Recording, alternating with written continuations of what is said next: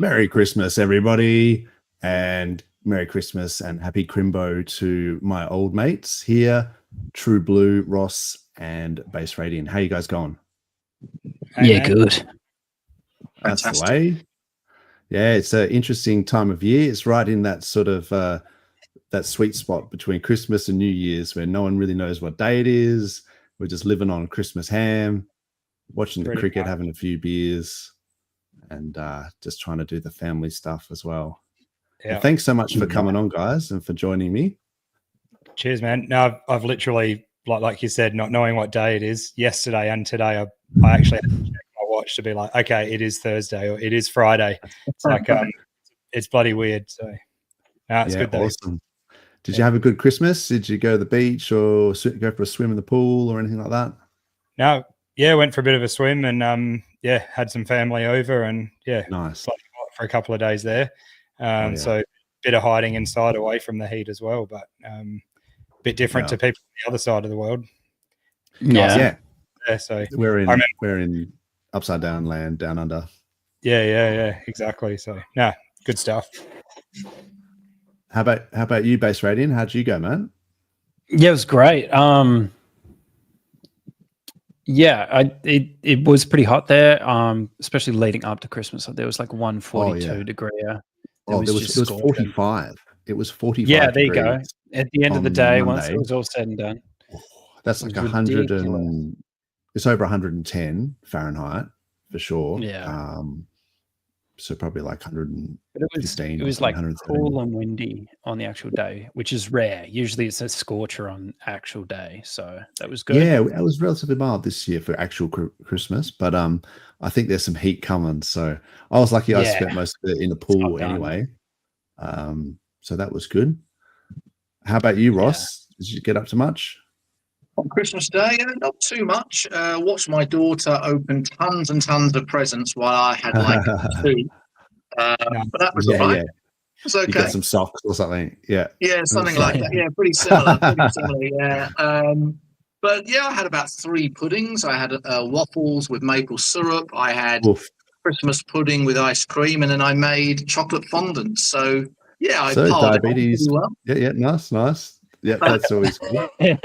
Smashing the rifle and all this stuff. Yeah, that's right. You drank Diet Coke, right, to make up for it?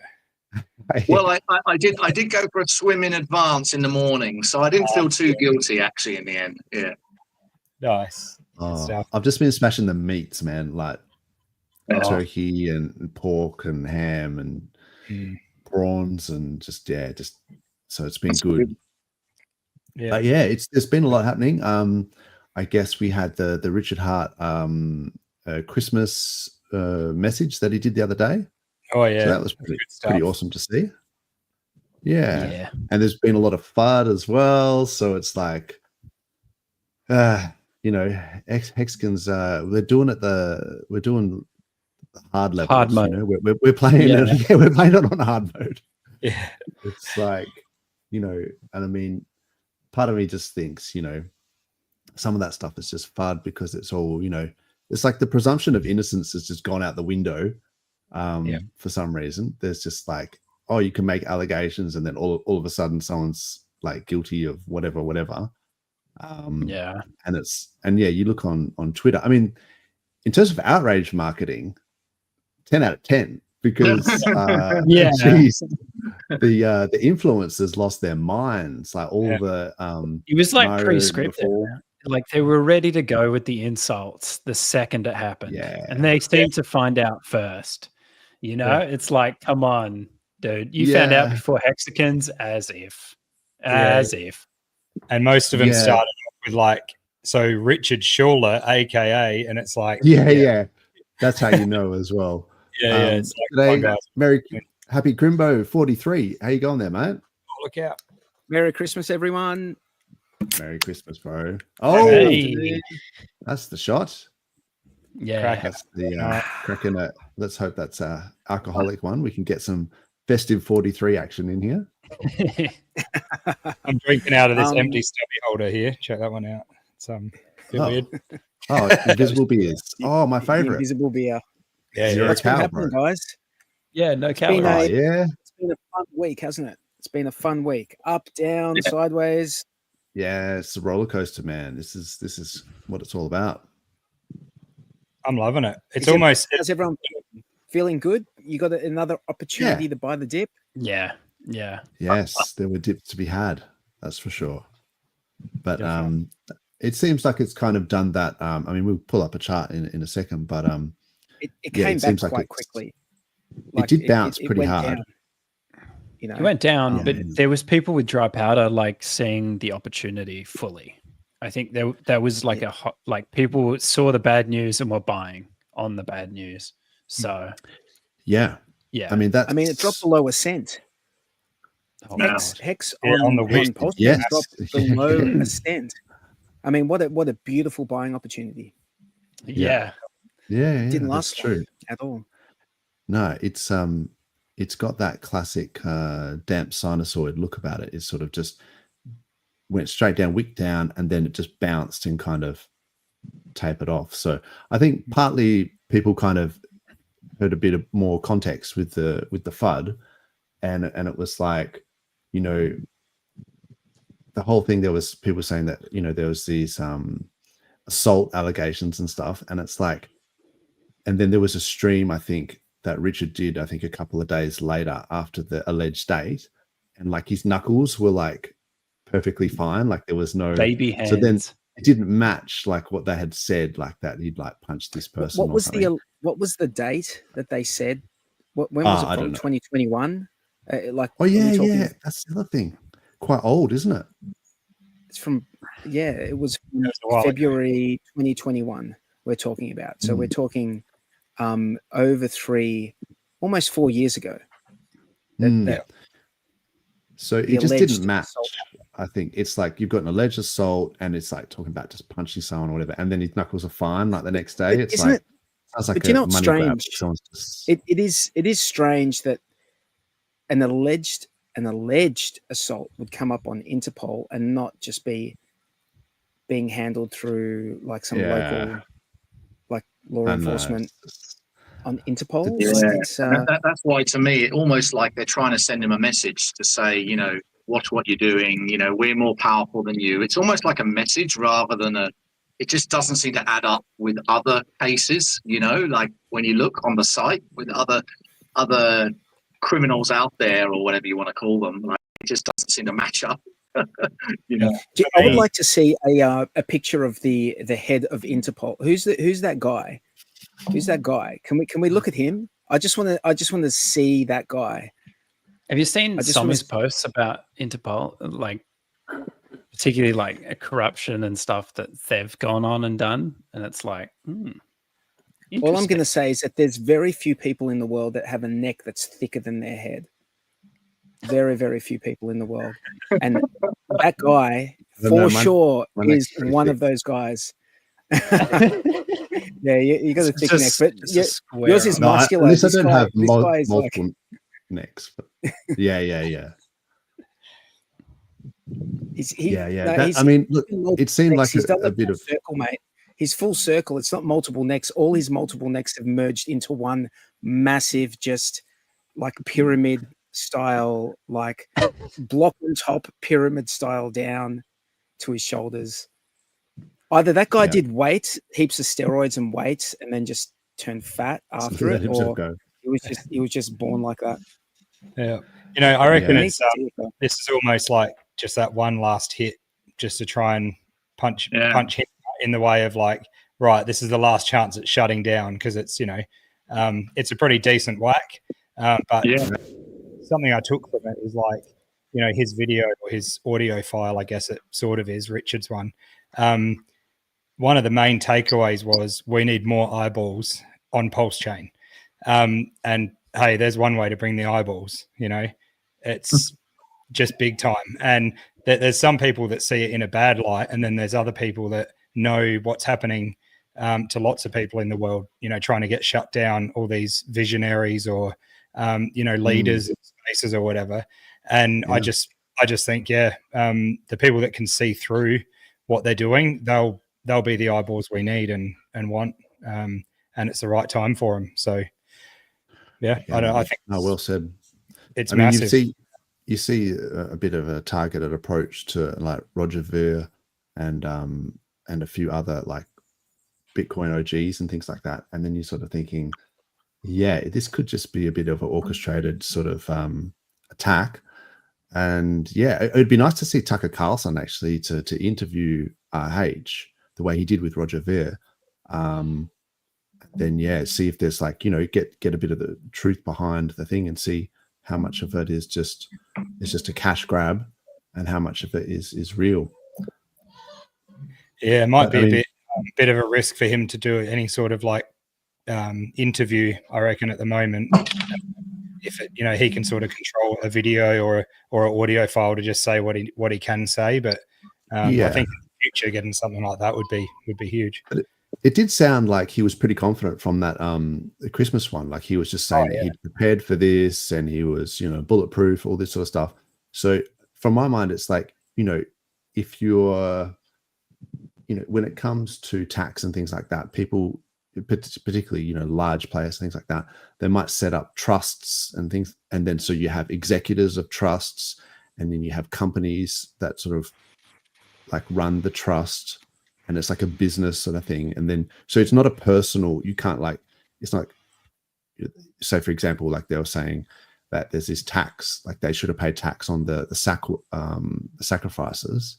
It's like that's not personal income. Like that's like the assumption it could be a controlling entity that like a trust structure that is not also in his name.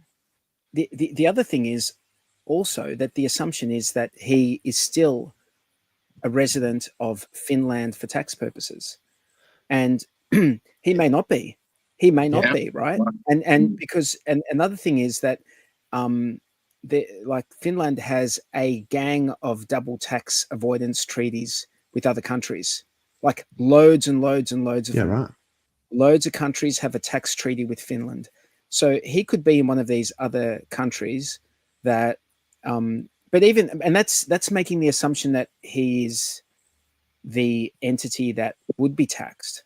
It's making an assumption, right? And that may not be the case. And that's why he might be just saying, guys, this is, like, you know, I'm feeling very confident. It could be a non-issue, right? Like, because if it's literally, if it's structured in a way that it's like a trust or a company or something, and then it's no longer like, you know, he might be an executor or of multiple people, but we don't know. I guess is the thing, is there's a lot of stuff that people don't know, but for some reason the presumption of innocence just goes out the window, and everyone's just like, apparently, you know, an allegation is the same as a conviction and this sort of stuff, which is just, it feels like they're crazy fishing in my mind. Really hard, just fishing. Like even with all the SEC stuff with influencers in the US, once again, it just feels like fishing, desperately fishing for whatever they can muster up, but there's just nothing. Yeah, and there's no proof of ownership either, like zero proof of ownership over these sacrifice funds. So yeah, how would you go about proving? How would you go about proving that? Like seriously, how do you prove that he has knowledge of keys? Like, how do you prove anyone has knowledge of keys? You know, exactly. He also said very clearly, I couldn't be safer. He said something like words like that. Like, I feel very, very safe. I couldn't be safer. And that sort of tells me that maybe he's not in Finland. He's one step ahead. You know, in his Christmas message, he was so confident and so positive. And there's one or two possibilities. He's either completely deluded out of his mind, or he's one step ahead, right? And I'd say it's the latter. You know, on the balance of probability, I'd say it's the latter. Yeah, well said. Yeah, 100%. Man. I think that. I mean, he would have access to the best lawyers in the world, right? Exactly. So it's like they would be able to set up whatever structure, like legally, the best structure. You know, you would think. I mean, all of these guys too. You know, Michael Saylor or whoever, like they have to set these things up in a way to protect themselves. You know, Michael Saylor, I think, with his MicroStrategy, the way that those guys are going, like I think that's going to be a pretty big implosion at the end of the bull market. But the way that they set it up is they would not have themselves like responsible, you know. So it's just like that's just the way big business would work, I'm assuming. I was going to actually play a clip from that Michael Saylor was talking about the other day, because there was some FUD in around saying that it depends on the way that MicroStrategy is sort of set up, that if he does get liquidated, right, because he keeps buying tops, like he's a Chad and he keeps buying Bitcoin, that's great, and it's the rising tide lifts all boats, but at some point, if he keeps buying tops, his average buy is going to be at a price where he keeps taking loans out against it and buying more Bitcoin, that he could get liquidated, right? So then the question is there a recourse where if he does get liquidated, does the people who's taken the loans from, do they have access to the collateral? Can they actually take the Bitcoin? And apparently he's saying no, but other people are saying yes. So I'll play this and then we can move on. See, give me some thumbs up if you can hear this. Call the debt specifically. It's very misunderstood. People think it's debt. It's convertible debt. It's unsecured. No recourse. No recourse. What that means, Ron, is that Bitcoin could go from $100,000 to $1,000. The debt's not getting called. There is no recourse. Bitcoin can go to $1.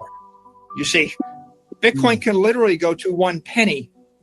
The debt doesn't have. There's no call feature, and so it's like basically someone loans you billions of dollars, and you agree that in 5 years you will either pay them back in cash or in stock. But you know what? What happened is if Bitcoin crashed by 75%, the stock would trade down. We would just pay off the debt with stock. So the risk isn't in the debt so much as it's in the equity. But the point, and people are like, oh, well, that makes the equity more risky. Well, yeah, that's the point. So yeah, that's interesting, because there's a few other people that sort of say that that's not actually how it works. And I think he was trying to get some kind of share dilution for MicroStrategy, and it sounded like the reason why he was doing this was because there could be some clauses where he's actually I'll see if I can. That's actually the share dilution thing, but yeah, there could be some clauses in the MicroStrategy thing where in those loans where if there was a liquidation event, they could ask for the collateral, like rather than just paying it in stock, they could actually take the Bitcoin. So like as soon as I heard that, I was like, oh, okay, this is how we're going to get the FTX nuke. Like this is the SBF meltdown on whatever it is, 11th of November, 2025. It's going to be something like this. So I still think that he's like, a don for taking on all this risk and stuff. But at some point, like it works really well while the price of Bitcoin goes up.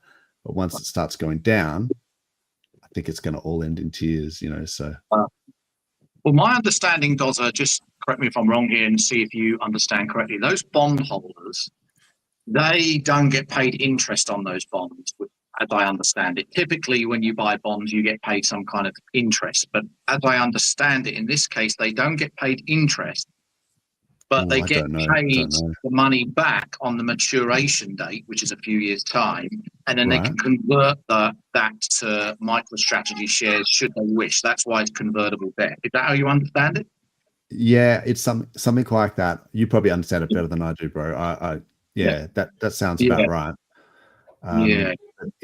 He's issuing the bonds. That's like some sort of that's financial thing.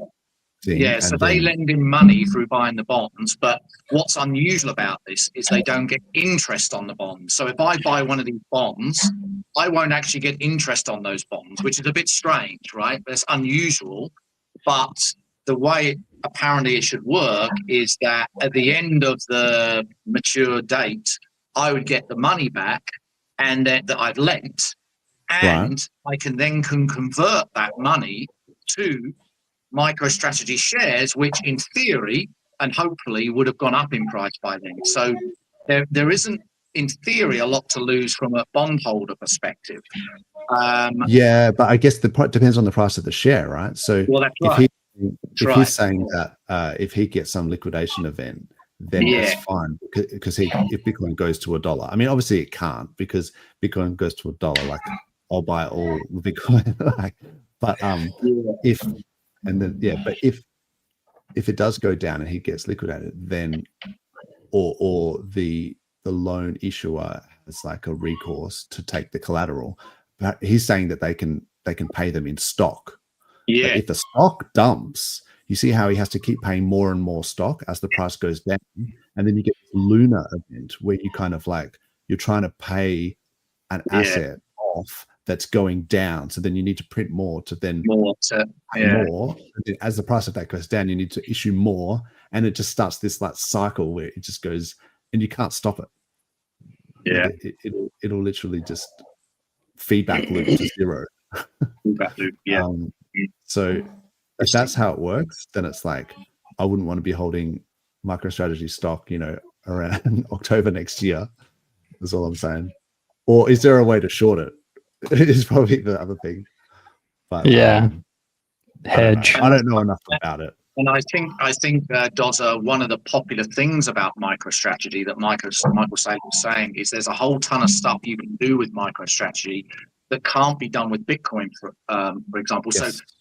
So a lot of 401ks and funds, they still don't allow, or they don't have Bitcoin on their balance sheet, or they don't allow you to buy Bitcoin but you can buy MicroStrategy stock instead, right? You can do call options with it. You can borrow against the MicroStrategy stock. There's all sorts of extra things that you can do with MicroStrategy. It's just like a normal share, right? But you still can't do that with Bitcoins. Bitcoin's still got its limits at this point. Yeah.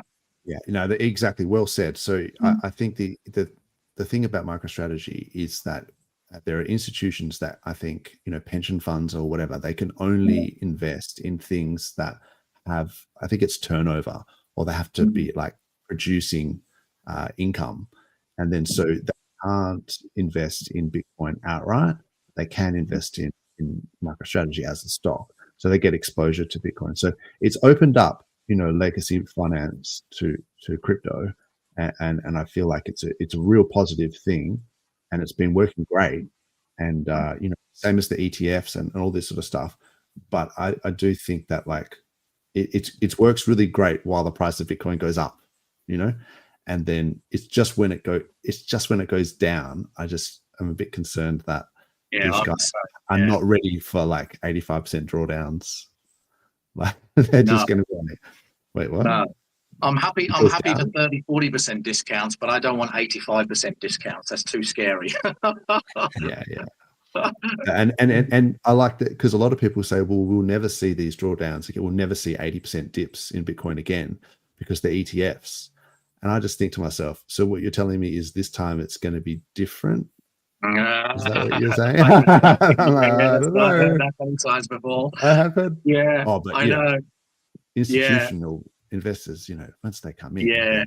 I got friends of mine saying, but Ross, this time is different because we got all the ETF funds in. And I said, but there were narratives in the last 2 cycles as to why it was different. And I can't remember all those narratives and what they were at the time. Yeah. But that's the narrative this time, isn't it? That this time is going to be okay because it'll be October and the price will be going down, or whatever it is. Maybe it'll be sooner. Like it could be that April sort of time frame.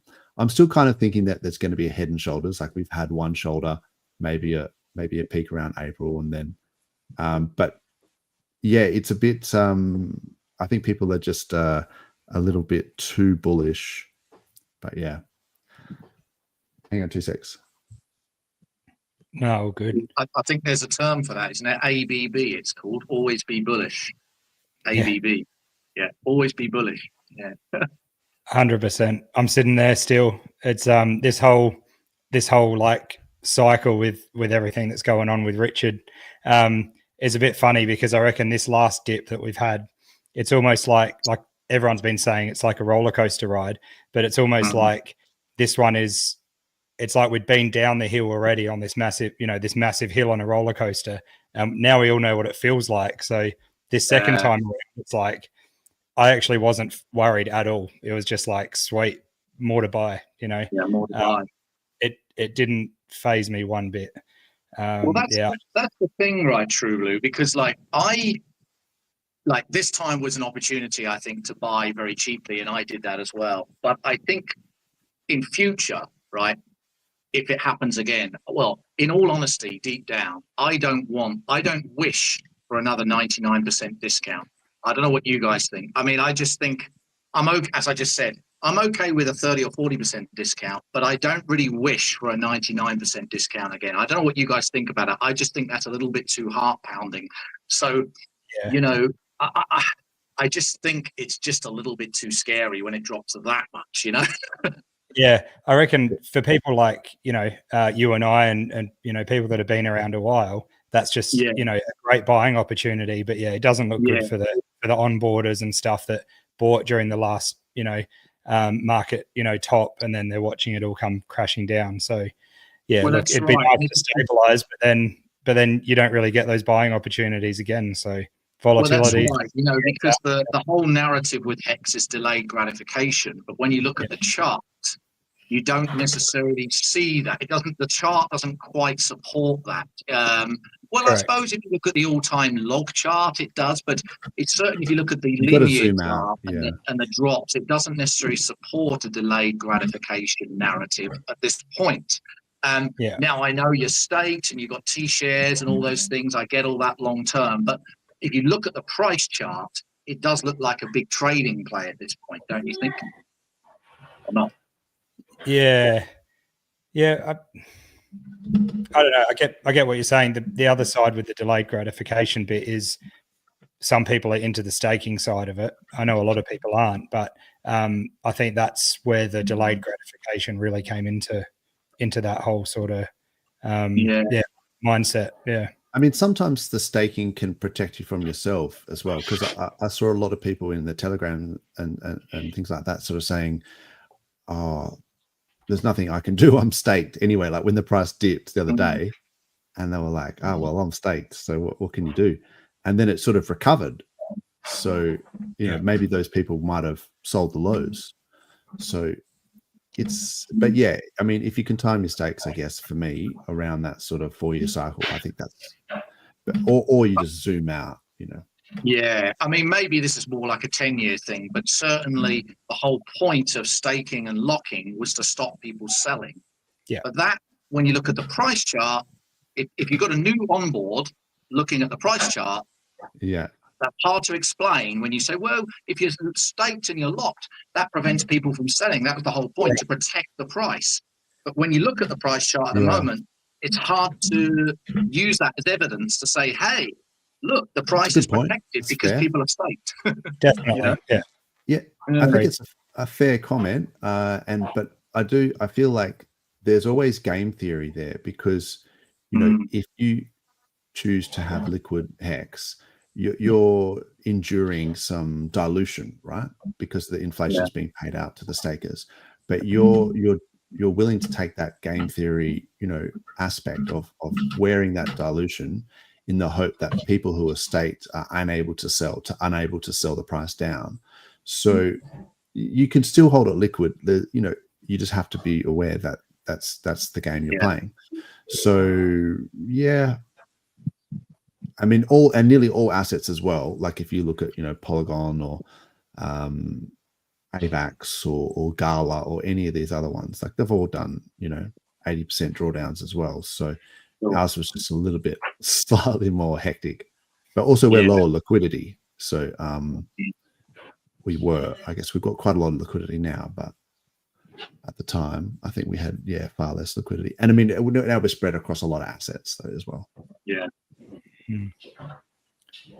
Should we say hello to the chat here? We got a few people here. We got Sandip, what's up? Where's the Merry Christmas giveaway? No, we're all working at McDonald's, mate. We're not giving away. I can give you an extra set of fries for that, and that's about it. That's it. We do this for the love. If you're doing a giveaway, happily take. Yeah, Sandip, let us know, man, when your next giveaway is. That'll be sick. Yeah. I love how it's so quick between like switching jobs, right? Like it's like we're at McDonald's or we're CEOs, and there's no like in between. It's just like we're born. Oh no, McDonald's. Yeah, and back to McDonald's. That's it. That's what, putting the hat back on. Put that, yay, McDonald's. Yeah. Yeah. What's up? HEXican lost in Asia. Thanks for your support. And Yaveen supported all year round. So thanks for that. What else we got here? We got us just being bullish. Let's go. Happy Grimbo. Oh, there you go. Blobfish. Merry Christmas, sir. Hope you are doing well at the with the other marine life.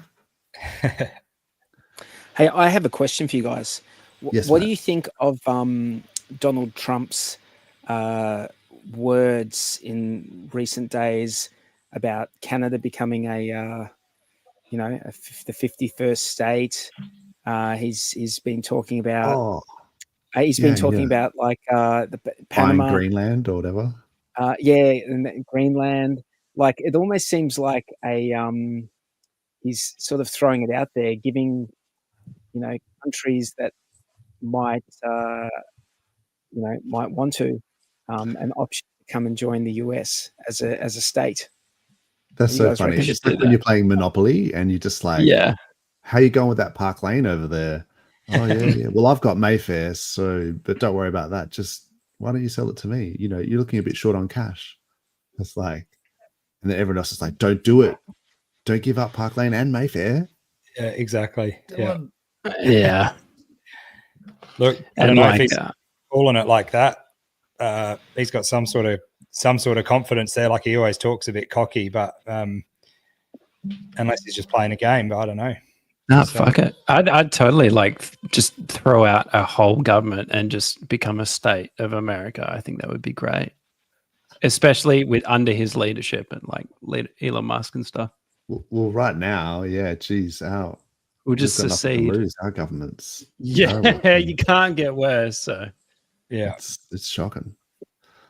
But I don't know. I mean, I don't know much about it, 43. So you might have to tell me. All I know is I was drinking some I think scotch, the Canada one is semi-serious. They're not joking.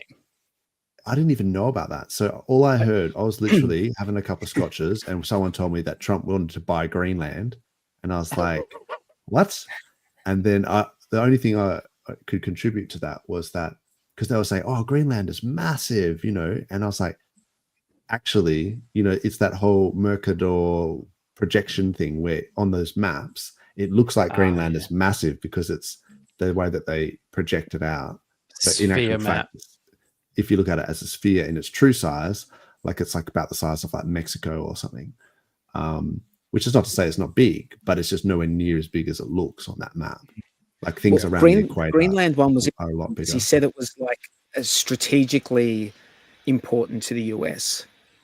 He said that Greenland was strategically important to the US. Isn't it in between Russia and the US?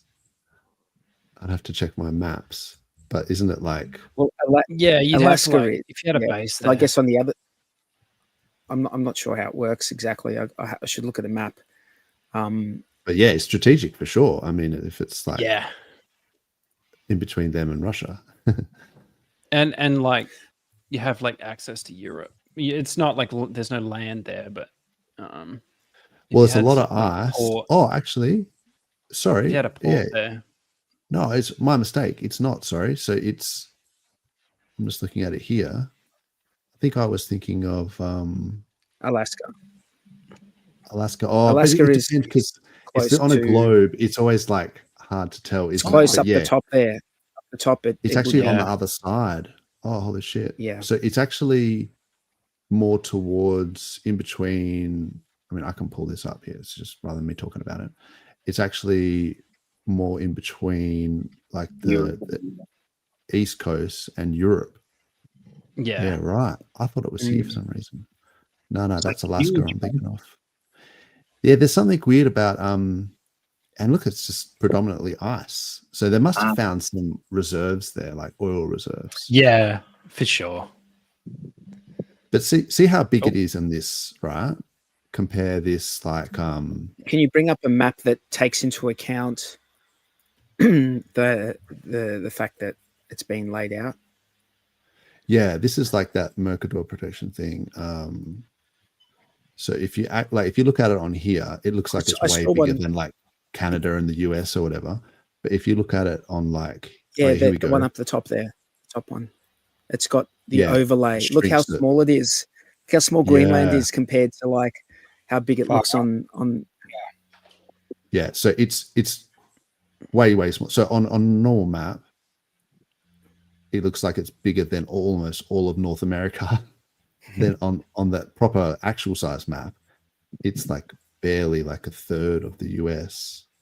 And this always makes me realize just how big Africa is. Yeah. Like Australia doesn't shrink that much either. Australia doesn't shrink much. Russia shrinks quite a bit. Yeah, Russia's like South America is actually huge as well, because this is, I guess, around the equator where the bulge is. But but yeah, I think down here it does like a comparison, and so this is Greenland, and then this is Mexico. So that actually, if you swap them, so similar sort of size. But yeah, okay, there must be some oil there, right? Like that must be the reason why they're so keen for it. I mean, look, different. I mean, like borders have changed over the centuries, multiple times, and they've been changing. Like, maybe the last 50 years has been one of the longest periods of like stability, 50 to 100 years. But I think historically speaking, borders have always changed. So maybe there needs to be another shuffle. Maybe we're at the point where, if a country like, what I think it is with Canada, at least, I think Canada is just living off the US, sort of. That's their main buyer of whatever they produce. So that puts them in a difficult position if the leader of the US wants to whack taxes onto it.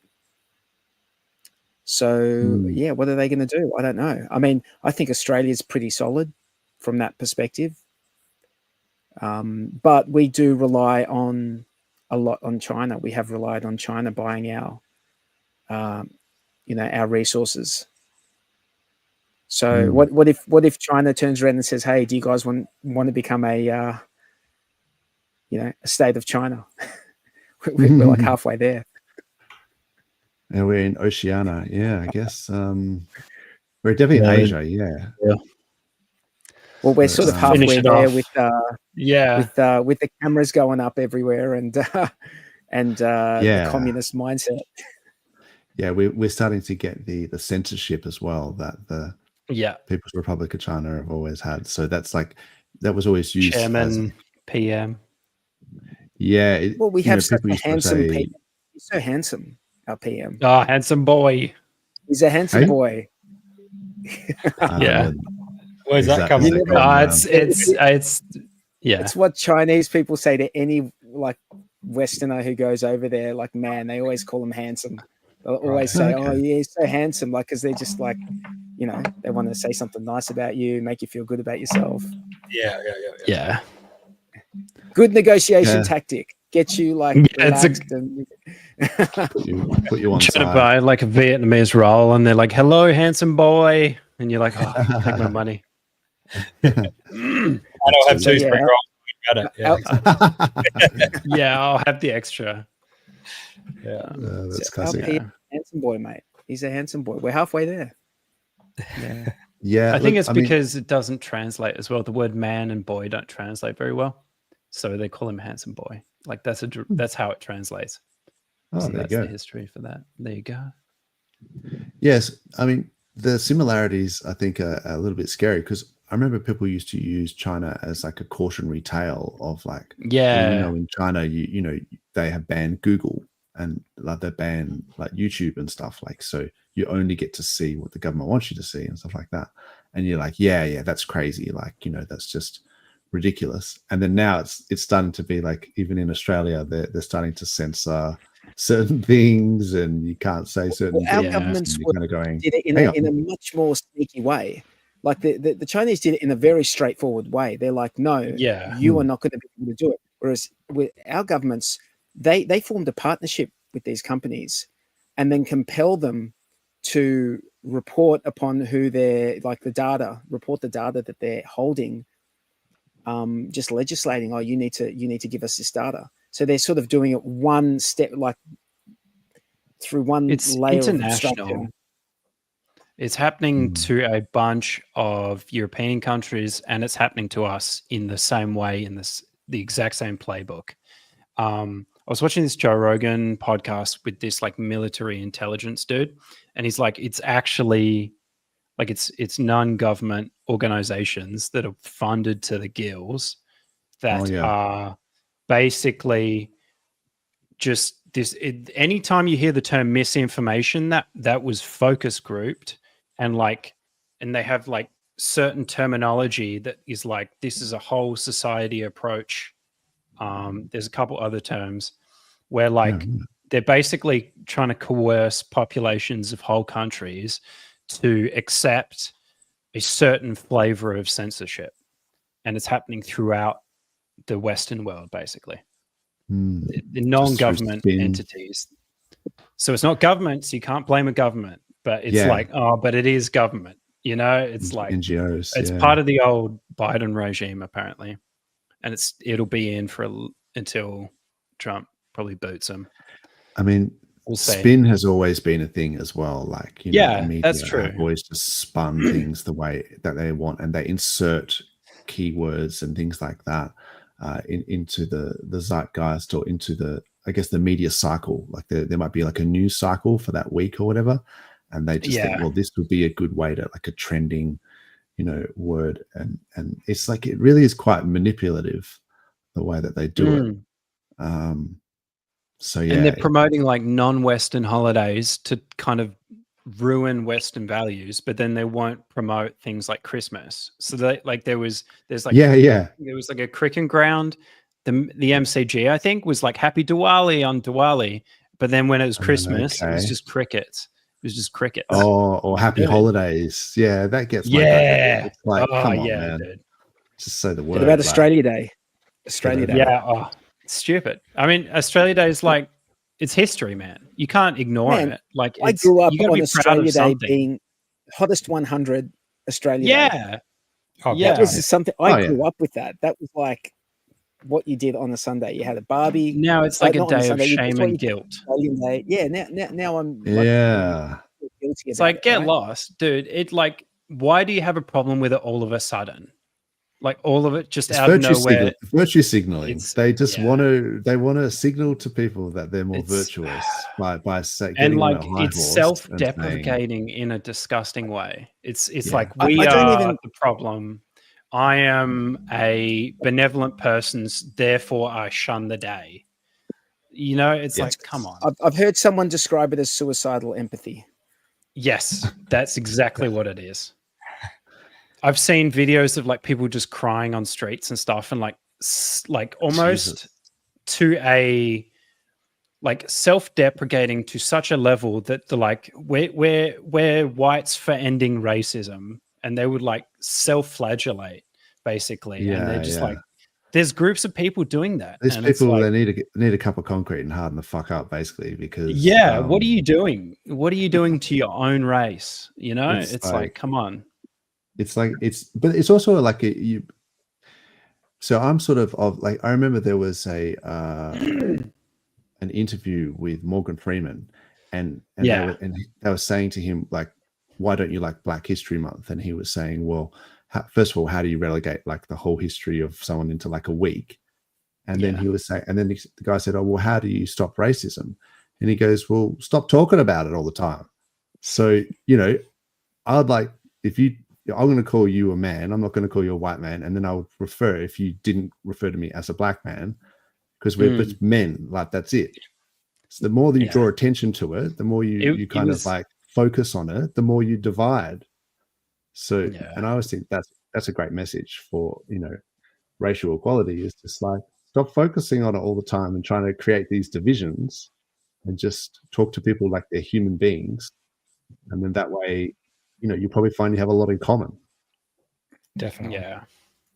rather than trying to force a wedge and say, oh no, this is our flag and it makes it worse. The outrage makes it worse, and trying to fix it by like diversity and inclusion is a worse thing than, and it's basically racism, because you're not hiring or you're not helping people participate based on their merit. You're doing it based on the color of their skin. So it's doing the inverse of what it's like anti-racism. It's like, oh, you're a minority. You don't have the capacity or the privilege. So we'll just hand you the position because you couldn't possibly do it yourself. You know what I mean? I don't understand how they've gotten rid of Australia Day. Like, I don't understand how that is a thing. How somehow True Blue and I still celebrate it. I'm buying flags. Did you guys see the DeFi Down Under stream on Australia Day last year? Yeah, did you guys see that? True Blue and I were kitted out in full-blown Australia Day. Everything. Australia Day sunnies, Australia Day singlets, just like with the cool cap. Yeah. It Classic. was not. We were playing cricket all afternoon. Only way to do it.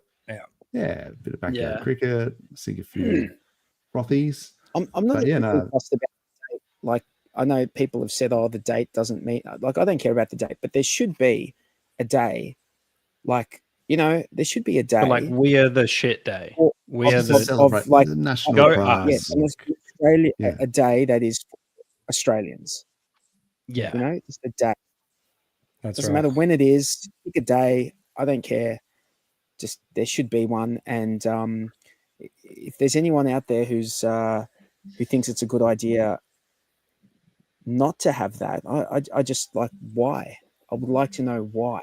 I wouldn't spend too much time thinking about what like the small-minded people think. It's like just or just don't. They are the minority, and it just takes a few people to carry on. And small-minded, like, yet they're crushed. Small-minded, yet many hold seats in Parliament. That's right. So small-minded or not, they're people in positions of power who, yes. So then it's up to us to like vote them out. It's us, So, but anyone I talk to, everyone would agree with what you're saying. 43, like no one. I've never heard anyone sort of go, "Oh, I think it's a great idea." It's unless they're virtue signaling, and then. How do we vote them out though? Like you can't like.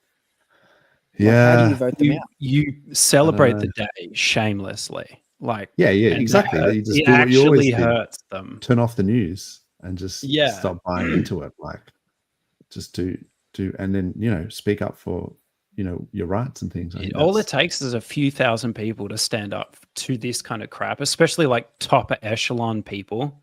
And I think that people were so defeated before things like the Trump victory that people just conceded. And I think if you just stand up and really, do what you believe in, people can't stop you. Like, or they can. Yeah, but there's an appeal to authority there. You make change. People have this bias. Yes. So how do we vote? Like to Libertarian Party wait till it gets closer. Is a libertarian, but like, I'll look into it. How do you like? Do you have to preference? Who do you preference last? You basically find the people who voted for the stuff that you didn't like, and you put them last. Like, you just go through and be like, "This motherfucker, this guy voted requires for this. research. Guess where you're going, buddy?" And then you put them at the Why isn't there a crypto party in Australia? Like, there should be a party that's called the crypto party. The crypto party of Australia.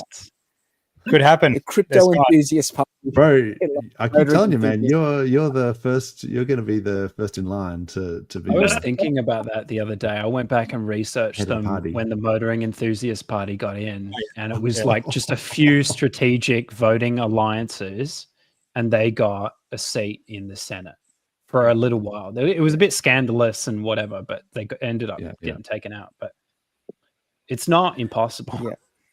Ricky I was really like mulling it over. I was just going to say, his name was Ricky. Did he have Tirana or something? I keep thinking he had an XU1 Tirana. Did he have an XU1 Tirana? He probably did. Tirana's good, mate. Yeah. Tirana's They sting it. Yeah, the old school ones, far out. The old school XU1, mate. So good. Do you see Fast Abdul's comment in the chat about you were talking about the racism and stuff? He's like, I only hire purple midgets. Yeah. The problem with doing that is that all that they write is bugs. Like there's no successful code. Funny. Yeah. I was just going to quickly say hello to the chat because things though, it's all Christmassy. G'day, UFO to go. Thanks for joining us. Yaveen, no tan lines. I don't know. I might have some tan lines, but you probably can't see them. It's I tend to just sort of burn all over. Not really. Yeah. I just tend to go like from I get slightly brown and then just burnt. 3rd degree. Smashing the meat. Yeah, that's it. That's the way. UFO. G'day, Clintrons. What is up? Much gratitude and love for all your streams. Oh, that's very nice to say. Thank you very much, sir. What a great year. What a year. Merry Christmas. God bless. Thanks for that. That's very nice. Claz, what is up? Every year I miss a spot. This year I drew a clear boundary of responsibility on the back to post auxiliary line. I'm not sure what that means. I might have missed some context there. But yes, thank you for joining us. And Gina, what is up? The Aussies, yes.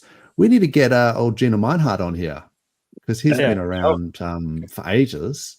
I actually remember, I think it was a Hexo stream.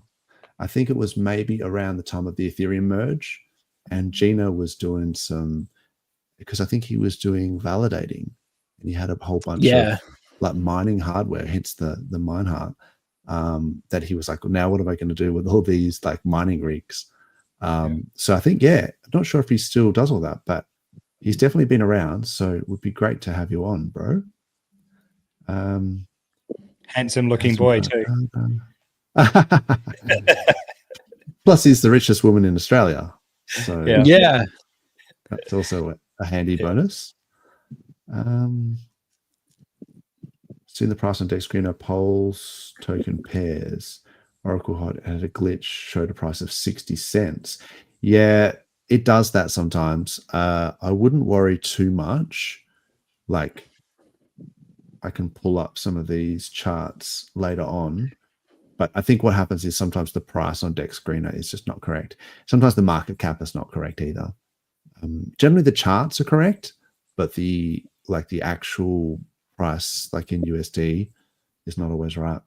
There was a bit of weird stuff going on recently. I was watching it all on Dex Screener. Yeah, particularly with PDI, because I think it struggles with PDI because it's like, hang on, this is the DAI contract address, and it keeps wanting to go to $1. Chain. Yeah. It just keeps trying to beg. Can't help it. Yeah. We know through the crypto space that these institutions like this tax evasion way to mute people. Yeah. Well, I mean, I think we talked about that. Oh, John McAfee, yeah. 60-cent limit order. I'm not sure what this. Oh, okay. Yeah, I'm not sure if that was an actual price, the 60 cent, but it could, or maybe it was a wick. Someone could have fat fingered it. Yeah.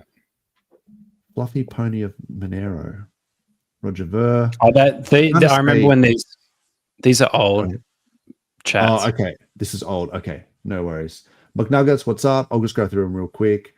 Good to see, people having chats in our chat as well. It's always a good sign. Yeah. Definitely. Good little community. Matt W, what is up, boy? That's how I read that. Yeah. What else we got here? Hi ho Hex, what is up? Merry Christmas. And then a bunch of chat. Oh, Retrostatic. How you going? Merry Christmas. She was there apparently. Yes, indeed. Grayscale NAV discount. That'd be interesting to see what that. Oh, because it must be, there mustn't be any discount now because it's actually the ETF is live. So I think all of the people who got it at a discount would have sold now anyway. One more year for Hex Ladder. Oh, here we go. Kanga. Regards from Radelaide. Nice. Very Good cool. to see you, Kanga. Yeah. Wow, there's so many comments here. Hexadelic. What is up? Happy holidays. Ash. Old school. Anyone that says happy, since I said happy holidays, anyone that says happy holidays gets a mouthful. Yeah. And if they push, it's a straight smack in the face. Yeah, that's it. Merry Christmas. I mean, there's so many traditions that, even Australia Day that's, trying to get shut down. Do we really want Christmas to be one of those, to just be happy holidays? It's No. Look, I mean, it's here to stay. Look, that's it. Especially where you're sitting right now, Base Rating. You're in church, streaming. Yeah, I'm in church, live from church, the cathedral. Look, I mean, this should annoy the right people. It's funny. It's like I used to point out, that the whatever it is, the 25th of December, I think used to be a midwinter festival thing. Like it sort of predates Christianity, and it's like they sort of co-opted that because it's like the winter solstice, and you've got the it was fully like a cyclical equinox thing. And then it's like the equinox and Easter, and the church just rebranded, and we're like, no, this is great. Before that, there was Mithras, which was another Greek or Roman soldier god who was also born on the same day, resurrected on the same day. And there's a lot of like historical, very similarities to Jesus. Yeah. There's quite a lot of interesting like historical things around that date. So originally a Persian god. There you go. So I used to bring that stuff up and used to irritate like Christians, but now it's like I'm the opposite. I'm like leaning into saying Merry Christmas to like irritate all the people that are sort of the DEI police. Yeah, no, I think you can still acknowledge the history to it. It's cool. I mean, it's like human history. Like there's weight to it. Egyptian it has history and Egyptians would put out like special trees, and that like weren't pine trees, but there was some other tree, and like there's a history there. Yeah, it kind of makes sense though. Like if you're going to have a festival and you're going to have a midwinter sort of thing where everyone comes together, and it's like also there's astronomical reasons why as well, like in terms of the shortest day. And if you guys have like a favorite, I know this is it's sort of not off topic, but you're talking about like, Christ and all that stuff. Do any of you guys have like a favorite like biblical verse or something, that is not, Ezekiel 25:17 from Pulp Fiction? I think maybe True Blue is the one to talk to for that. Most of my stuff, I know. Can I give you mine? Can I give you mine just before? Yeah, let's do it. Yeah, mine is Proverbs 21:19. Anyone familiar with that one? Proverbs. Is that part of the proper Bible, or is this like a ancillary, like, Yeah, it's part of the proper Proverbs. Bible. Okay. It's legit. It's canon. Yeah, legit. Canon. That's right. Proverbs. Just making sure. Proverbs 21:19. I think many men will agree with me. Proverbs 21:19. Better to live in a desert than with a quarrelsome and nagging wife. Oh, yep. Good one. A problem is age old. They were writing about it in the. They were writing about it in the Bible, man. 100%. Yeah, but women were treated fairly poorly in history. Like, they were second-class citizens up for a very, very long Dude, do not simp your way into this conversation right now. Simp? You've just slid way back down the hill. I'm not simping. Who am I simping to? I'm just saying, like, if you look at women a are lot gods. of Bible references, there's a lot of like, anyway, but that's just history, right? A lot of stoning, a lot of you know, a lot of stuff. Look, everyone was treated badly. Like everyone, it wasn't just women. Dude, there was conquerors and dictators. They used to hammer people's fucking hands and feet to a cross and let them. Dude, like, it's so metal. It's like, bro, brutal. just die. Like not quick. No, die slowly, just sit there painfully, and die slowly for like days. Publicly. Dehydration. You know, yeah, that's pretty bad. Man. Birds pecking at your eye, like. Everyone got it bad, man, back in the day. Everyone. It was way more metal than it is today. Yeah. So no one else has got a favorite. No one else has got a favorite. No, I have some I like a lot of the Old Testament stuff, which is a bit like not cool, maybe. But I always like some of the. I got a bunch of books, but I won't go reading books. I got some cool stuff, but yeah. But no, what's Timothy 1:7? Clintron's just wrote Timothy 1:7. Throw it in Google. For the Spirit of God gave us. Oh, it's loading. Not to make us timid, but to give us power, love, and self-discipline. Oh, that's nice. That's a good one. Really pleasant and wholesome. That's my favorite too so far. Yeah, that's a good one. I think that other one that you were saying, 43, and if it's talking about a wife, depends on your belief in marriage and stuff, doesn't it? So some people get married just, I guess there's a whole different reason for marriage. If you are, a believer or whatever you want to call it. There's a lot to that. The woman, or the man leading and stuff like that. It's interesting stuff. I think that to me, it says it's like pick your partner wisely. Pick your partner wisely because if you're going to live your life with them, obviously no one wants to have a quarrelsome and nagging partner. So pick your partner wisely. The other one, which is amazing, is Austin 316 from WWF days. Not sure if you guys know that one. No, send it. The wrestler, the wrestling. Yeah, yes, Stone Cold Steve Austin. I don't know what was that. What is? Yeah, I don't know what it is either. I just knew it was a thing. You could buy his T-shirt, Austin 316. Yeah, right. No, okay. The actual thing, the other famous one is like John 316. So mate, it could have had something to do with it. Yeah, I think that's what it was. Yeah. I think Jack. Yeah. Yeah. Oh yeah. I remember there was Matt Hughes. We used to have this thing, and it was like it was a UFC guy, and it was like Army of One. I think that, and I was like, that is sick. Like, he used to wear that shirt. It's like, that's freaking cool. But yeah, he was awesome. I loved Matt Hughes back in the day. So now I didn't want to gloss over this, but 43, when you make your crypto party and you get Tangent as the Minister of Beats, as we've discussed, maybe speak to Ricky Muir, apparently, who's Victorian, and contact him as how to do it, because look, I would donate to a party like that. I would and I think the Libertarians are pro crypto, aren't they? Or they're pro Bitcoin. I got an address out of them. Oh, did you? Oh yeah.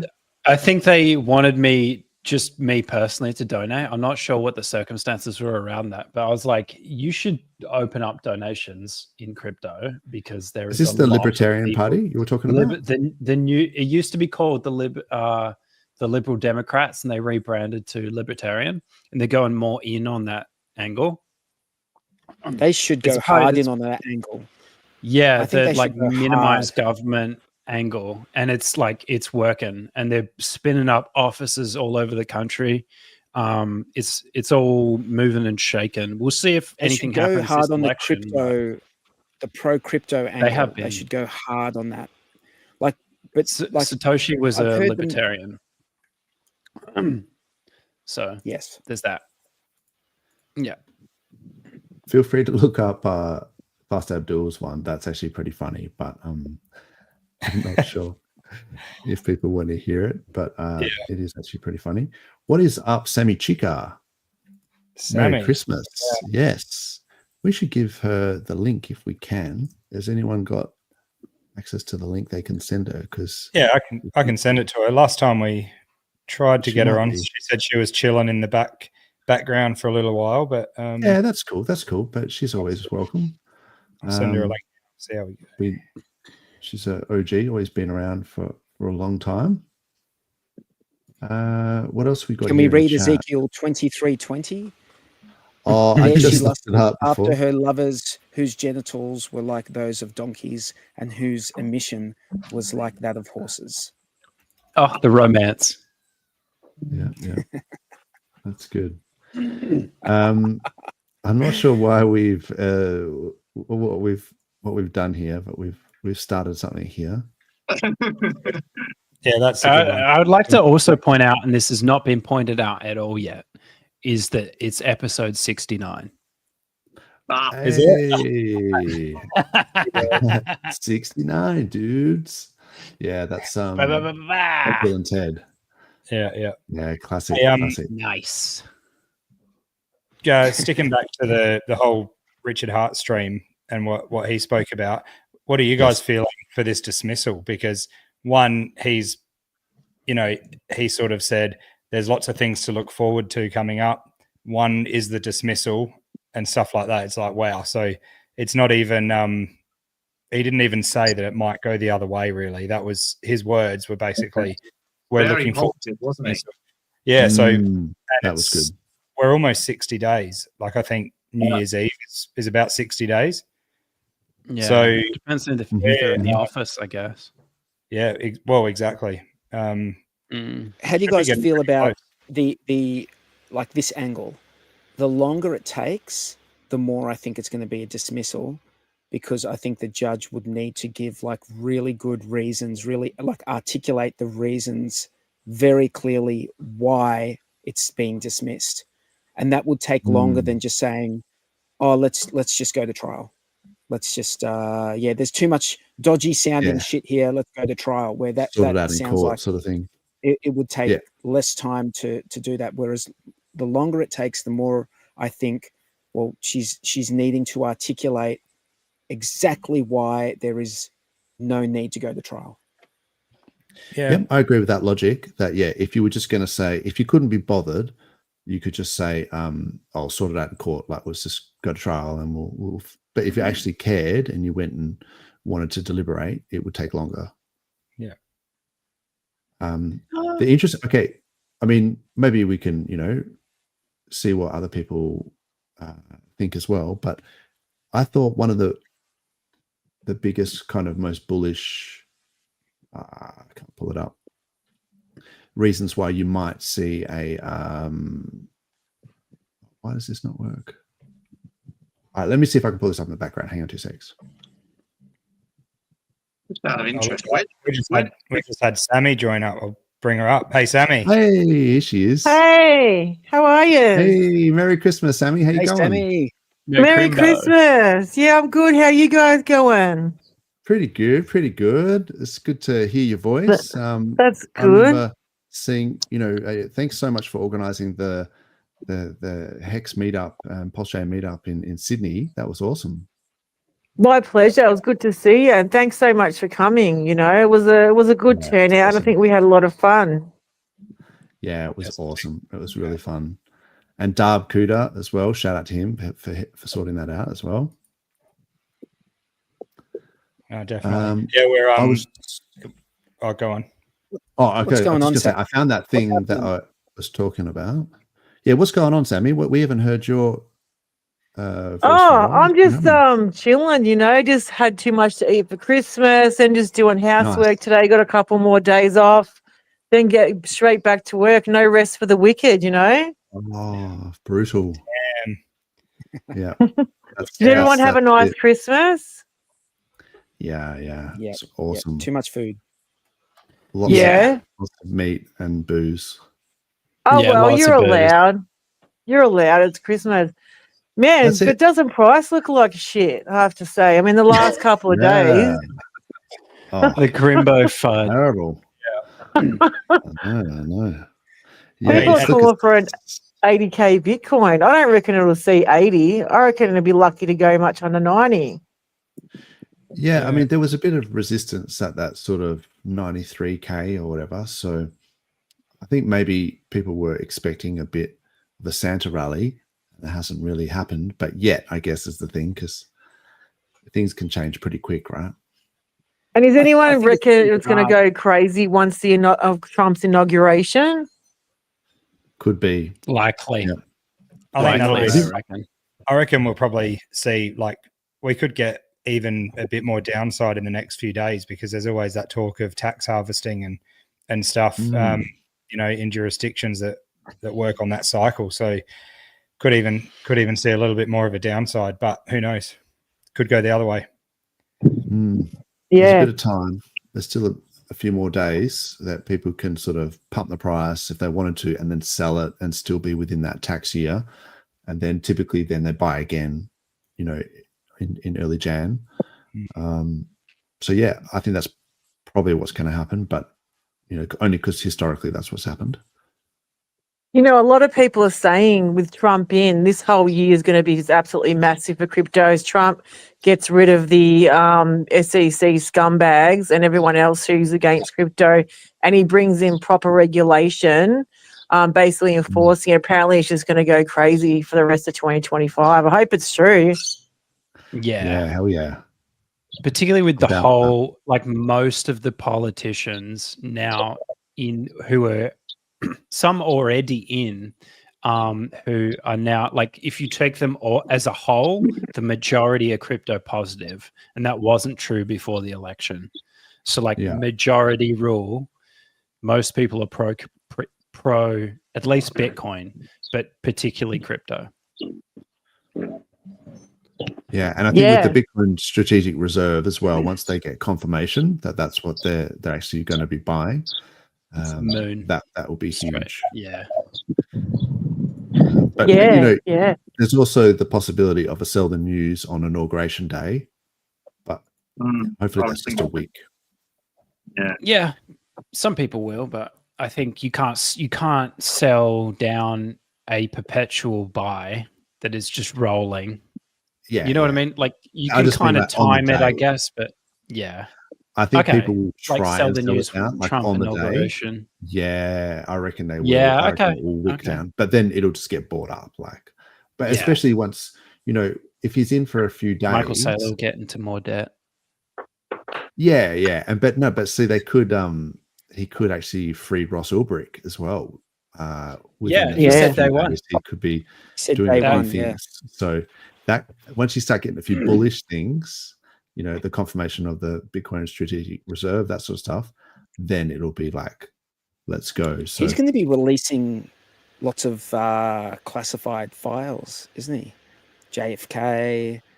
Like, I hope so. Yeah. Area 51, like all sorts of. Yeah. That'd be cool. That'd be cool to get a lot Dude, of. I'm so worried they're going to try and cap him again, even when he's in office. Yeah. They're going to try hard. I think before he gets in, I reckon they're gonna maybe have even once he's in. Even once he's in, I don't think it like means now he can just you know defund him as soon as possible. All these like non-profit stupid organizations, and then just like let them die. And the sooner he can do that, the you know, like there's a dying period where they're struggling. And I don't think the danger for him ever ends. I don't think ever. Yeah. Also, Elon Musk now as well. Elon Musk has become a target as well. Yeah, 100%. He's cool though. Like he gave Trump some like robot dog from Boston Dynamics that does like crazy surveillance stuff. So nice. It'd be interesting to be like, imagine like someone trying to murk you and this robot just comes running. Optimus just runs in. Yeah, literally like an army of robots just jumps on you. I wouldn't be surprised if Elon's. Yeah, sorry, go ahead. Yeah. Sorry, finish your thought, mate. I was going to ask you a question. I was just saying, I wouldn't be surprised if Elon's got like a neural implant, because you know how he does that Neuralink stuff. Yeah, I reckon like a he's just given distress himself alert. the old upgrade. Like he's just gone, just stick a few Or he terabytes could have of extra like storage in. Because he he could was have, like- the number one Diablo player or whatever. And it's like, bro, Yeah. how have you got time to be playing Diablo? You know, you got all sorts of He's you like- know, SpaceX rockets to launch. And then Yeah. you're the number one or number 4 or whatever. It's like number one did in you give America, yourself- and now he's number one. Because he doesn't What play even with his is hands. Diablo? It's It's a a game. video game. It's a really nerdy, like just go into dungeons video game, and you just grind Yeah. and How's grind he and got time grind. to be the best Lord. in How the does he world. get the time? I reckon know, he's he given himself a literally bit of an upgrade. Stole the like- president basically, and still like had time to be number one Diablo player Ridiculous. yeah. while running the most wealthy, some of the best companies on the planet, like Well, it's launching because he's- rockets. He's probably like getting AI assisted. Like he's probably got Yeah. his brain hooked up to He's it, got like the a- best. and he's got like this whole Grok. server farm running, and He's Grok got is just Grok. in the background going, shoot him, Telling shoot him him. what to do. Shut up, Grok, I've got this. We live in a simulation, and this simulation is run on Elon Musk, and we're just NPCs in it. You know what I mean? Like he's just winning. He's just what do they call it He's when just you just winning so running hard. through on fast mode? Yeah. Yes, he's speed doing running. hard mode too. Speed running. Yeah. Hey, So what do was you your- guys all think ask of Richard you- Hart's stream? Sorry. Oh, that's all good. It was his stream. I think So it was confident. music to HEXican's ears to hear Yes.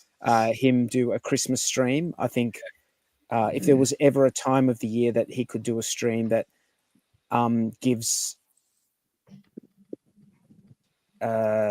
people who follow him and follow like are a part of his ecosystem to give them confidence. I think that's the time of the year to do it.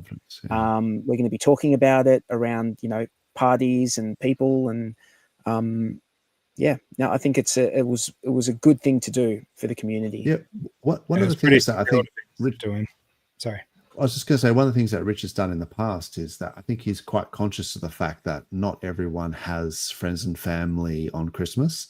So, it's great that if you do have friends and family and you get to share it with them, but there are some people out there that might be away from family or for whatever reason. So it sort of shows that he actually does care about his community a little bit, where he's got that sort of, and he's done that in, previous years where he's sort of done like a personal message to HEXican. So I think that shows that his character Really a little bit. wholesome.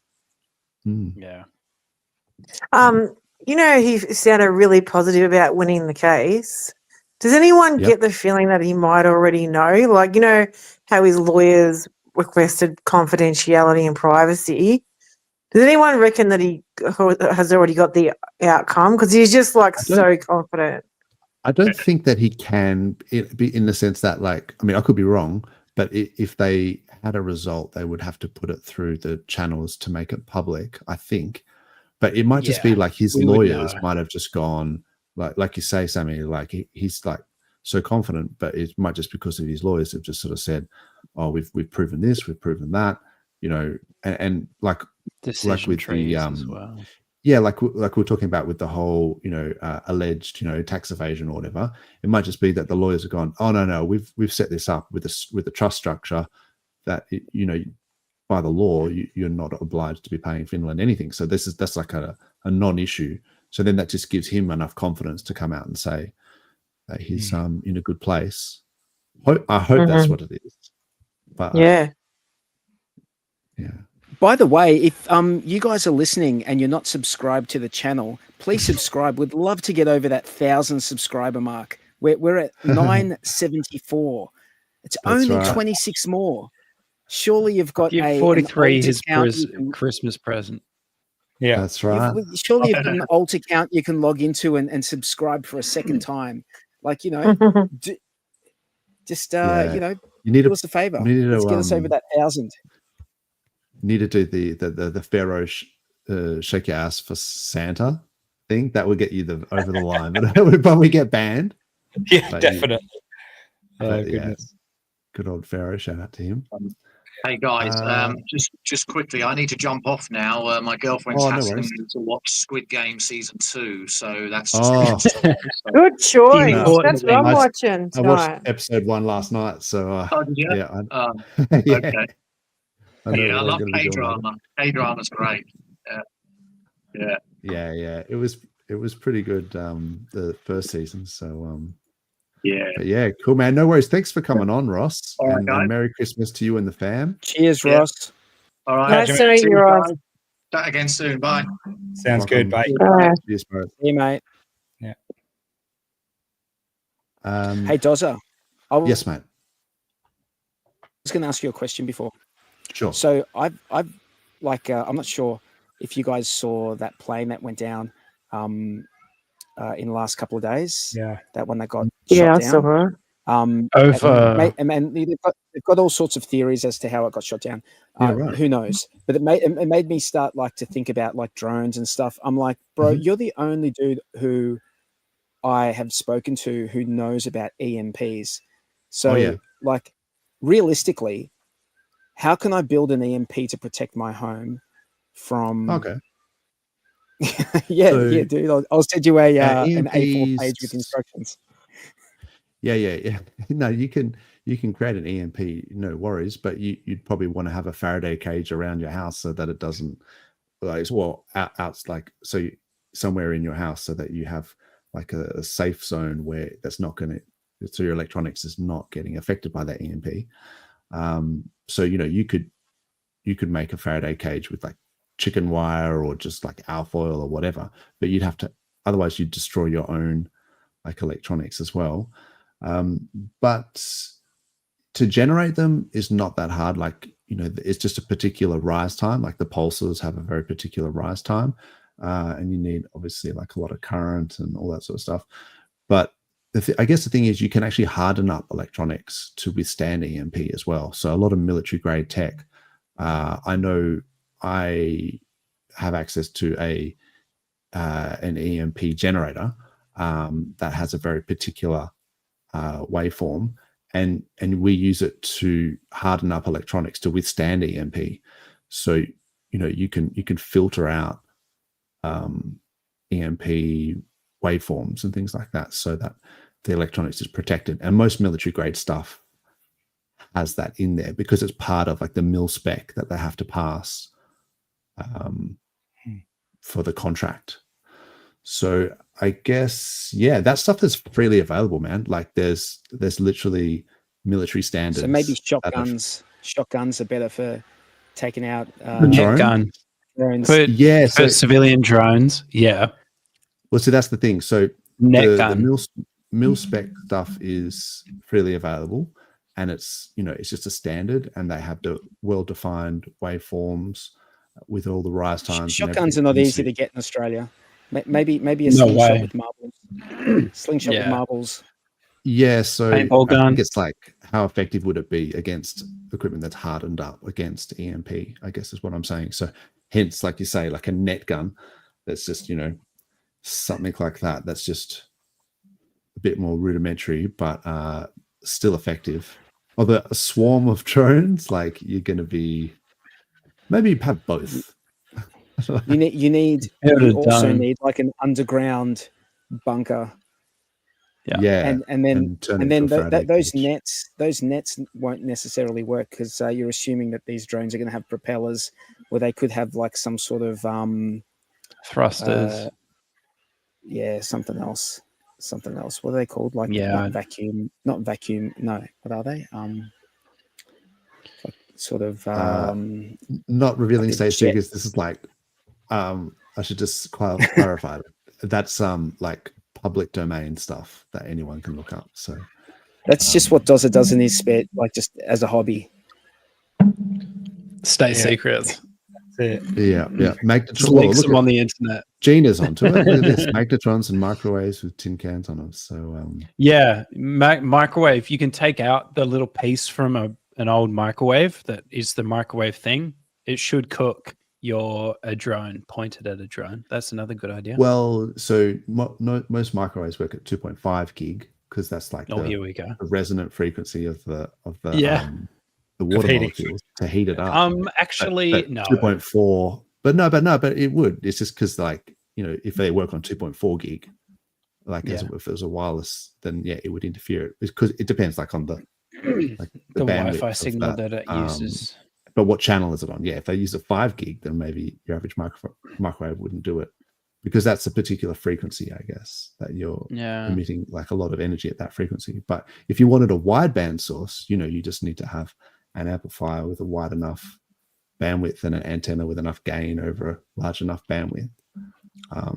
But yeah, you can't really just transmit, like it's obviously illegal to just transmit like in spectrum space that's allocated.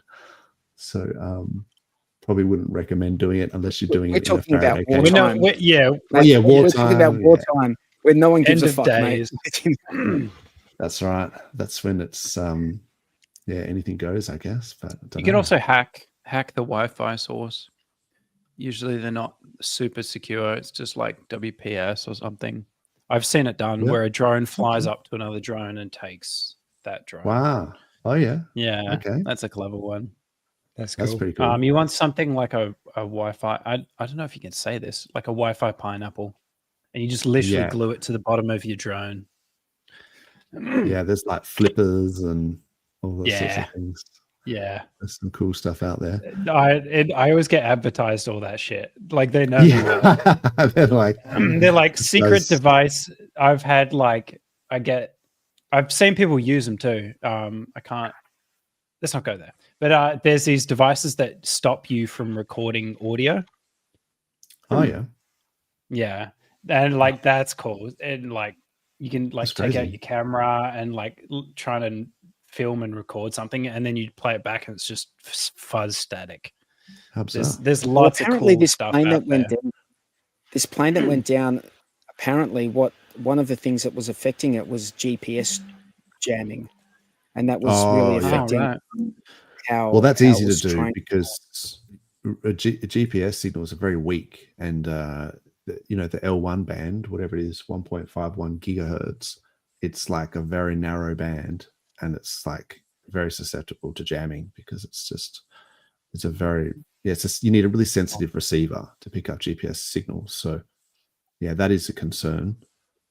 People can jam GPS, but I don't know how that made the plane go down. I didn't even know the plane went down, so I don't know the context. It had like bullet holes and stuff in it. Bullet hole. Yeah. It looked like shrapnel. Something like. Didn't it fly over like Ukraine or something? Am I completely wrong about that?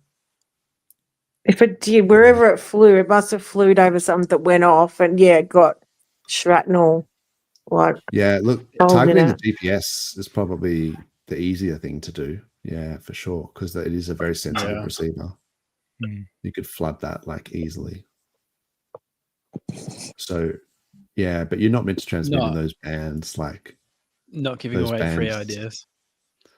Oh, that's all public domain stuff. Like you can find this band is like really easily. So, in times of war, though, they do change it a little bit because there's like GLONASS and GPS, and there's a couple of other different types of, you know, global positioning networks, and they, at the moment, like the resolution is such that it's within, you know, like the resolution can go down to like a meter or whatever it is, but in times of war they change that so that only the military has access to that resolution, and then everyone else, like public GPS, is just like 20-meter resolution and stuff like that. So apps would be crap. Yeah, it would. Imagine dying in a plane crash, though. How much would that suck? It'd be so scary. I'd be pooing my pants and praying. Of time. Pooing and praying. I saw there's a really sad video, which is like this. I think it's called like Space King or something, and this guy just like takes this plane and just like he's like on a. Anyway, and he just he had a nickname. He had a radio. Stuff. Yeah, he just stole a plane. He was like a janitor, and he just shoplifted a plane, and he just went wild for it. Sky King or something. Stole it. And he just went and was doing barrel rolls. I think it was like a funny cool name, shit. like Donkey or something. It's not Donkey, but you know what I mean. I thought it was like Sky King or something. But anyway, that was quite sad. So I don't want to tell you how it ends. Or like Bebo. Some nickname. But no, that would be a horrible way to die. I mean, there's probably lots of horrible ways to die, but the free fall. That's rough. Let's try and stay positive, shall we? If we can. Yeah, that's right. Yeah. Christmas. But gosh. Yeah. I was going to say one thing just to give us a little bit of hope, or maybe a little bit of cope. So with this timeline thing, this was the SEC's alleged timeline where they had this big whiteboard or whatever, and it seemed like they were saying that their whole case kind of for the dismissal, like for the jurisdiction call, it kind of hinged around this timeline. And I think this is why people, including myself, were kind of saying that maybe Hex might be getting a partial dismissal, was because when Richo was doing his the Hex conferences in the US, like the sacrifice phases were over, but they were arguing that there was unofficially extended because people could still send money to the you can't stop people from sending. Exactly. You can't stop people from sending. So it's a dumb argument. Like, don't get me wrong, I'm not giving like the argument merit, but this is their argument. So they were saying that Richo did a virtual appearance, in March of 2022 and then August or whatever. But then this one here falls within, I thought it was just the PulseX sacrifice, but it's actually both. So both PulseChain and PulseX sacrifice periods. If you argued in that it was unofficially extended. But Hex is way back here, right? And so Hex is just a copy, like a PRC20 copy, just like any other copy on PulseChain. So there's no real even argument that he was shilling.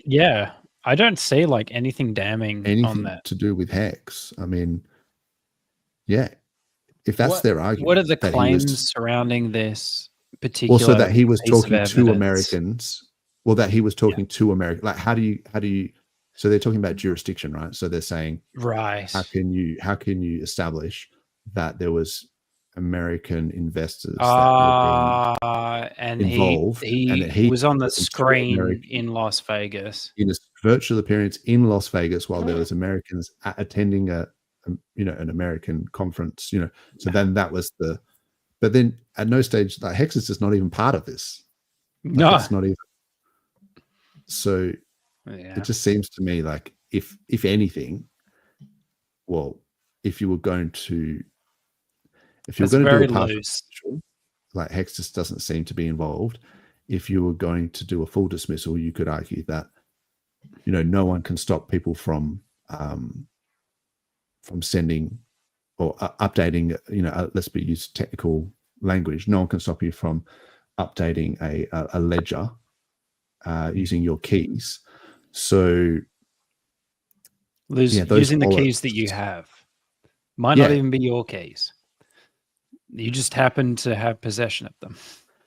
Yeah. So no one can actually, stop that from happening. So for them to say, so if on the website originally, it may have said that the sacrifice goes from this date to this date, and there was like a bonding curve, and they'll say after this date, like it's over, then they're actually saying that unofficially it went longer than that because they don't understand. How can they even argue that? And this is why we need more regulatory clarity, because they're arguing something just absolutely retarded. Like, I think it's just crazy what they're doing. And, if it gets all dismissed, great. But who says the SEC won't appeal it like they do? Look what they did with Ripple. And then the thing is, you got Trump coming in, bringing in all these regulations. He's already said he's going to investigate all open crypto cases that are to do with fraud. That's what Richard has got going on his side. He's got Trump coming in, which it's going to affect how the SEC operates and the cases that have already been opened. Big time. And Elon Musk, he might just gut the SEC and just be like, "See you later. We don't need you." We'll see. That would be awesome. If there was some, either regulatory clarity as a minimum, that for one, but If not, then that doesn't exist. But exactly. Yeah. That's the way that they like it. They like it to be ambiguous. Sort of ambiguous. So they can throw spaghetti at the wall and see what sticks. Yeah. And it's this whole thing of, you know, that Richo was talking about, like you need the checks and balances. You need the sort of legislative branch to come in and kind of say, hang on, this is overreach or overstep. So, and then maybe set some good precedents, which is bizarre that the rest of crypto aren't behind him. You know, it's like they almost want him to fail, but it's like that would set bad precedents. Like it's not in your interest to have him fail in this because it would affect all of crypto, right? Yeah. Yeah, there's so many arseholes. That's the reason why. The people are just arseholes.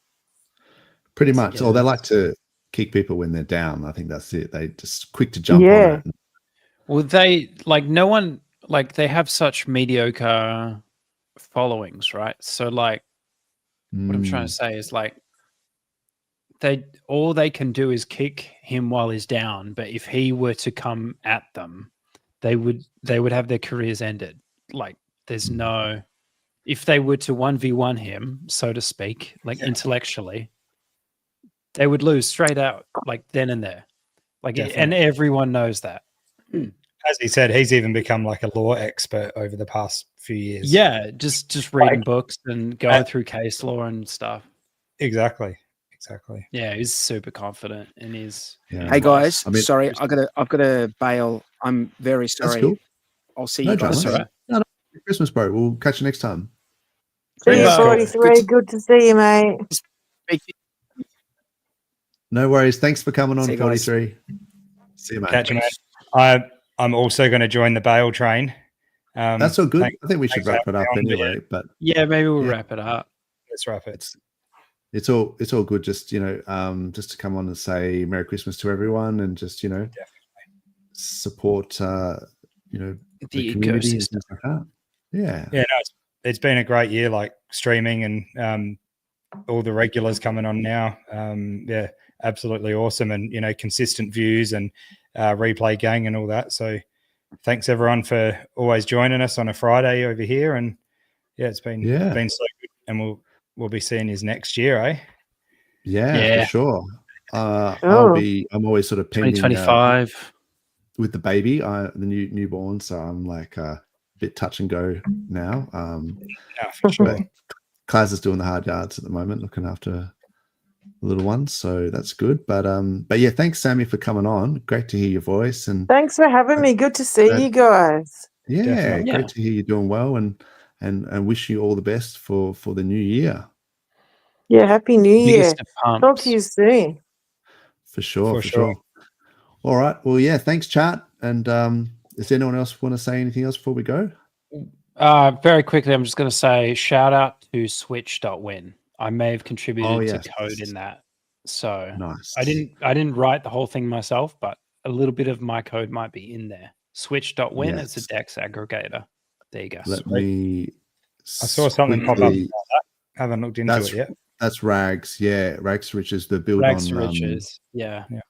Good shout out there. That's switch.win. So I think I haven't played with it, but it's a little buggy at the moment. Aggregator on it's Ethereum. There.